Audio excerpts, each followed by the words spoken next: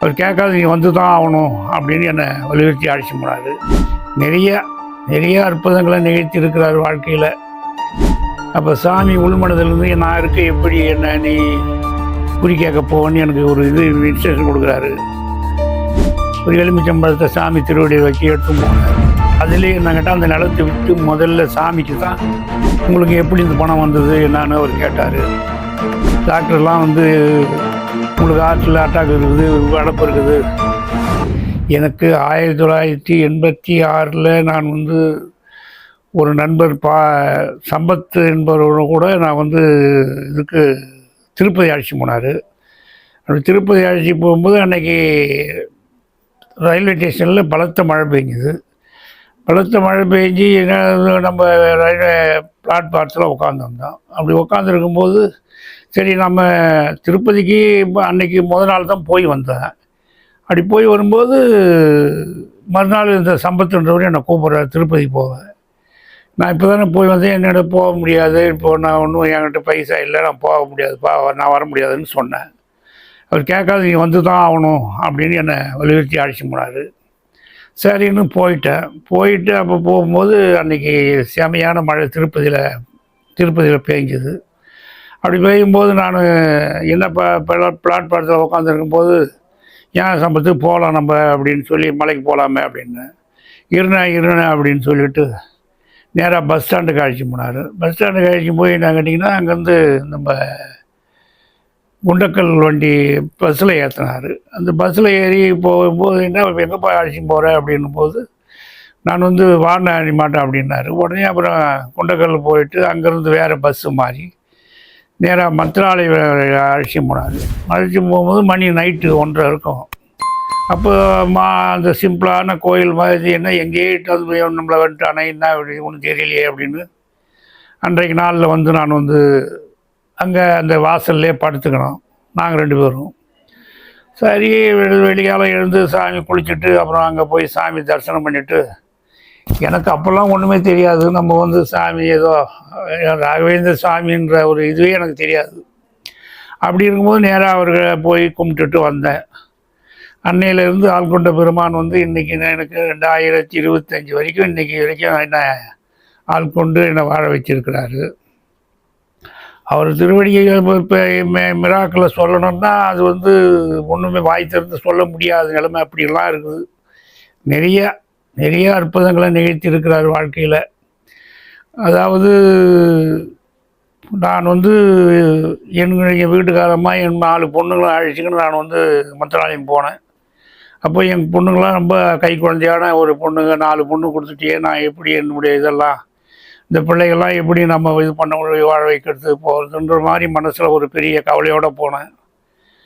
அப்போது வந்து சாமி நான் கேட்டால் அப்போ வந்து அங்கே தமிழ் பேசுகிறவங்களே அதிகமாக வராத காலம் அது.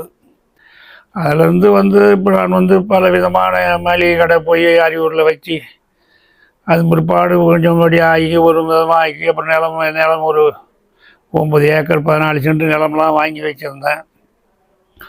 அதெல்லாம் வந்து வாங்கி வச்சுருந்தேன். அப்புறமா குறுகிய காலத்தில் அப்புறமா கடை வச்சு கொஞ்சம் வளர்ச்சி வரும்போது அந்த நிலத்தை விற்றேன். அப்புறம் பிள்ளைங்களுக்கெல்லாம் கல்யாணம் பண்ணேன்.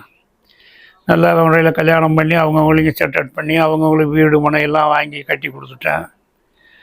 அதன் பிற்பாடு அந்த வீடுக்கு அந்த நிலம் கூட வாங்கி நான் வந்து வச்சுருக்கும்போது அந்த இடத்துல தண்ணி கிடைக்காதுன்னு சொல்லிட்டு பல பேர் ரொம்ப இவர் எப்படி இங்கே வந்துடுவாருன்னு சொல்லி என்ன இது பண்ணாங்க. சரி இருக்கட்டும்னு சொல்லிட்டு ஒரு இடத்துல நான் வந்து போர் போடும்போது தண்ணி கம்மியாக இருந்தது. அப்போ வேறு ஒருத்தர் என்ன பண்ணார், வந்து வேறு இடத்துல போய் யாராவது குறி கேட்டுன்னு வாங்க, அந்த இடத்துல தண்ணி கிடைக்கும் இந்த இடத்துல தண்ணி கிடைக்கும் சொல்லுவாங்க, நீங்கள் கேட்டுன்னு வந்துடுங்கன்னு சொன்னார். நான் அதெல்லாம் ஒன்றும் சரின்னு சொல்லிட்டு ஒரு நண்பரை கிட்டுக்குன்னு நான் ஒரு குறி கேட்குற இடத்துக்கு போனேன். அப்போ சாமி உள்மனதிலேருந்து நான் இருக்க எப்படி என்ன நீ குறி கேட்க போவேன்னு எனக்கு ஒரு இன்ஸ்ட்ரக்ஷன் கொடுக்குறாரு. இது என்ன இப்படி இருக்கிறாருன்னு சொல்லிட்டு அந்த இட்டு போகிற ஆள்கிட்ட சொல்கிறேன், இந்த மாதிரி சொல்கிறாரா சரி வராதுன்னு சொன்னேன். அப்படி பார்க்கும்போது சரி நீ இதே வேலை உனக்குன்னு அந்த நண்பர் சொன்னார். சரி இருக்கட்டும் பரவாயில்லவான்னு சொல்லிட்டு அப்புறமா என்ன கேட்டால் 2 தடவை போய் பயனளிக்காத மறுபடியும் நான் நிலத்துலேருந்து கிழக்குலேருந்து மேற்கு நோக்கி நடக்கும்போது அங்கே நான் பேசிக்கினே போனேன் சாமிக்கிட்ட பேசுகிற மாதிரிக்கு. போருக்கு போய் போனவங்களாம் வீணாக போன குடும்பம்லாம் நிறையா இருக்குது. நம்ம குடும்பம் நான் இந்த மாதிரி இருக்கிறேன்னா எப்படி என்ன நீ வாழ வைக்கணும் அப்படின்னு சொல்லி வேண்டிக்கின்னு போகும்போது அந்த நிலத்தில் ஒரு பையன் குச்சி எடுத்து குத்தலாம். அந்த பையனை போய் பிடிச்சிக்கிட்டு அந்த இடத்துல நான் வந்து குத்தனை இடத்த பை பிடிச்சி ஒரு சாணி இதெல்லாம் எடுத்து வச்சுட்டு இந்த இடத்துல போய் போர் போடுங்க அப்படின்னு சொல்லி நான் சொல்லிவிட்டேன். அப்போ சொல்லி விடும்போது அப்போ என்ன கேட்டிங்கன்னா அதே மாதிரி சொல்லிவிட்டு நான் வந்து போடும்போது மணி 75 அடி மேலே போங்க, அது ஏதாவது ஒன்று தெரியும்னு சொல்லியிருந்தேன். சரின்னு அதே மாதிரி போய் ஒரு வியாழக்கிழமை சாமி அபிஷேக ஆராதனை பண்ணிவிட்டு ஒரு எலுமிச்சம்பழத்தை சாமி திருவடியை வச்சு எடுத்து போனேன். அப்போ போகும்போது அந்த போர் போடுற மேஸ்திரி சொன்னாங்க, என்னங்க 75 தெரியும்னு சொன்னீங்க, ஒன்றும் தெரியலையேன்னு ஒருத்தர் ஆறுமுகன்றவர் சொன்னார். சரி போடு அப்படின்னு சொல்லிவிட்டு அப்போ நான் என்ன பண்ண அந்த எலுமிச்சம்பழத்தை சாமி வேண்டிக்கணும் அந்த போர் வாயில் போட்டேன். போட்டு அப்போ என்ன கேட்டால் மேலே ஆழ்வார் வட்டமிட்டு இருந்தார். சரி அப்படின்னு சொல்லிட்டு பார்த்து மேலே பார்த்தேன் போது அப்புறமா என்கிட்ட ஒரு 2 அடியில் அந்த மணல் பிளாங்கு உடஞ்சி போச்சு. அப்புறமா அது சரிஞ்சிக்கினே இருக்குது அப்படின்னு சொன்னாங்க. அப்போ என்ன பண்ணுங்க, நீங்கள் நாளைக்கு வந்து பாருங்கள் இதை அப்படின்னு சொல்லிவிட்டு நான் போகிற நிறுத்திடுங்க அப்படின்னு சொல்லிட்டு வந்தேன். ஒரு மறுநாள் போகும்போது என்னங்கிட்ட எல்லாம் சரிஞ்சு போச்சு. சரி அப்புறம் எல்லாத்தையும் எல்லாம் முடிச்சு கிடச்சி புதன்கிழமை மோட்டருக்கிட்டலாம் நீர் மோட்ரு போட்டு செட் பண்ணி ஒரு மோட்டர் இறக்கி வச்சேன். அப்படி இறக்கும்போது நாங்கிட்ட ஒரு 2 அடி தூரத்துக்கு நெட்டி தண்ணி அடிச்சுது. அன்றைக்கி புதன்கிழமை நைட்டு. வியாழக்கிழமை அந்த சாமிக்கு அந்த தண்ணி எடுத்து அபிஷேக ஆராதெல்லாம் பண்ணி அன்றைக்கிலேருந்து என்னங்கிட்ட அந்த போர் நல்லபடியாகும்போது அந்த இடத்துலையும் எனக்கு ஒரு வாக்கு கொடுத்தாரு. இது 3 இடத்துல போட வேண்டியது வரும்னு சொல்லி என் மனசில் உள் மனசில் சொல்லிச்சு. என்ன இப்படி சொல்கிறாரு சாமி அப்படின்னு சொல்லிட்டு பார்க்கும்போது அந்த போர் சரிஞ்சு போச்சு. 2வது ஒரு போர் போட்டேன், அதுவும் சரிஞ்சு போச்சு. 3வது ஒரு இடத்துல நான் போகாதவே என்ன பண்ணேன், இந்த இடத்துல போய் போர் போடுங்க, அது எவ்வளோ போகுதோ அது வரைக்கும் போங்க அப்படின்னு சொல்லும்போது கிட்டத்தட்ட 155 அடிக்கு மேலே போச்சு அந்த இது மணத்தாரை. அப்புறம் போய் அந்த நீர் மோட்ரு போட்டு இன்றளவுக்கு நல்லா ஒரு 2 அடி அளவுக்கு மேலே நீட்டி தண்ணி வேலைச்சின்னு இருக்குது. அது பிற்பாடு எங்களுடைய குடும்பத்தில் எங்கள் மனைவி என்ன பண்ணாங்க, நிலத்தை விற்று பிள்ளைங்களுக்கெல்லாம் வீடு இல்லாத இருக்குது, அவங்களுக்கு அதெல்லாம் சரி பண்ணி விட்டுடணும் அப்படின்னு சொன்னாங்க. அந்த அடிப்படையில் நானும் அந்த நிலத்தை விற்று அவங்கவுங்களுக்கு வீடு மனை கல்யாணம் எல்லாம் நல்ல முறையில் பண்ணி அவங்களுக்கு வீடு மனையெல்லாம் வாங்கி வச்சு எல்லாம் சரி பண்ணி வச்சேன். இன்றும் அவருடைய இது வந்து எனக்கு வந்து பலவிதமான இது. அதிலே என்னங்கிட்ட அந்த நிலத்தை விற்று முதல்ல சாமிக்கு தான் முதல்ல அவருக்கு போய் பீடாதிபதியை சந்தித்து இந்த மாதிரி ஒரு தொகை சாமி கொடுக்க போகிறேன் அப்படின்னு சொல்லி சொன்னேன். உங்களுக்கு எப்படி இந்த பணம் வந்தது என்னான்னு அவர் கேட்டார். நான் இந்த மாதிரி லேண்ட் விட்டேன், அந்த அடிப்படையில் சாமிக்கு முதல்ல செய்ய போகிறேன்னு சொன்னேன். அப்படி செய்யும்போது அவர் ஹேண்டிகேப்புக்கு செய்யுங்க அப்படின்னு சொல்லி ஒரு ரூமுக்கு சொன்னார். அப்புறம் ஹேண்டிகேப்புக்கு ஒரு ரூம் சொல்லும்போது அங்கே ரவின்றவர் நான் சொன்னார், இங்கே உங்களுக்கு ரூம் வேணும், அதனால் இப்போ நீங்கள் 200 ரூமில் ஒரு ரூம் போட்டுவிடுங்க அப்படின்னாரு. சரி ரைட்டு பரவாயில்லன்னு சொல்லிட்டு என்ன பண்ணால் அதுக்கு 122 நம்பர் ரூமு 200 ரூமில் ஒரு ரூம் இது பண்ணி வச்சேன். அதுமாதிரி கோசாலைக்கு ஒரு 1 லட்ச ரூபா கொடுத்தேன். எல்லாம் முடித்து அதெல்லாம் முடியும்போது அப்புறம் எல்லாத்தையும் அது பிற்பாடு என் பொண்ணுக்கு வீடு கட்டி கொடுத்தேன். இன்னொரு பொண்ணுக்கும் ஒரு வீடு, இன்னொரு பொண்ணுக்கு ஒரு வீடு, ஒரு பொண்ணுக்கு என்ன கேட்டால் அரசாங்க வேலையில் ஒருத்தர் மருமகனை வச்சேன்.